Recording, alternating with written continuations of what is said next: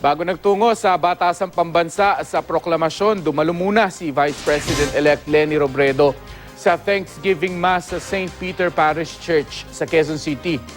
Pasasalamat at paggabay sa panibagong yugto sa buhay ni Robredo at ng kanyang mga anak ang tema ng misa.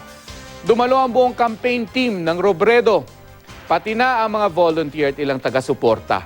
Ayon sa Mass celebrant na si Father Tony Lambiao, kung masaya ang mag-iinang Robredo rito sa lupa, siguradong mas masaya raw sa langit ang yumaong si dating DILG Secretary Jesse Robredo. Nagtapos naman ang misa sa isang talumpati ni Vice President-elect Robredo.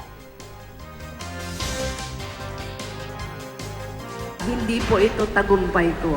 Tagumpay po nating lahat na naniniwala na ang tunay na lakas ng ating bayan ay nasa karaniwang tao.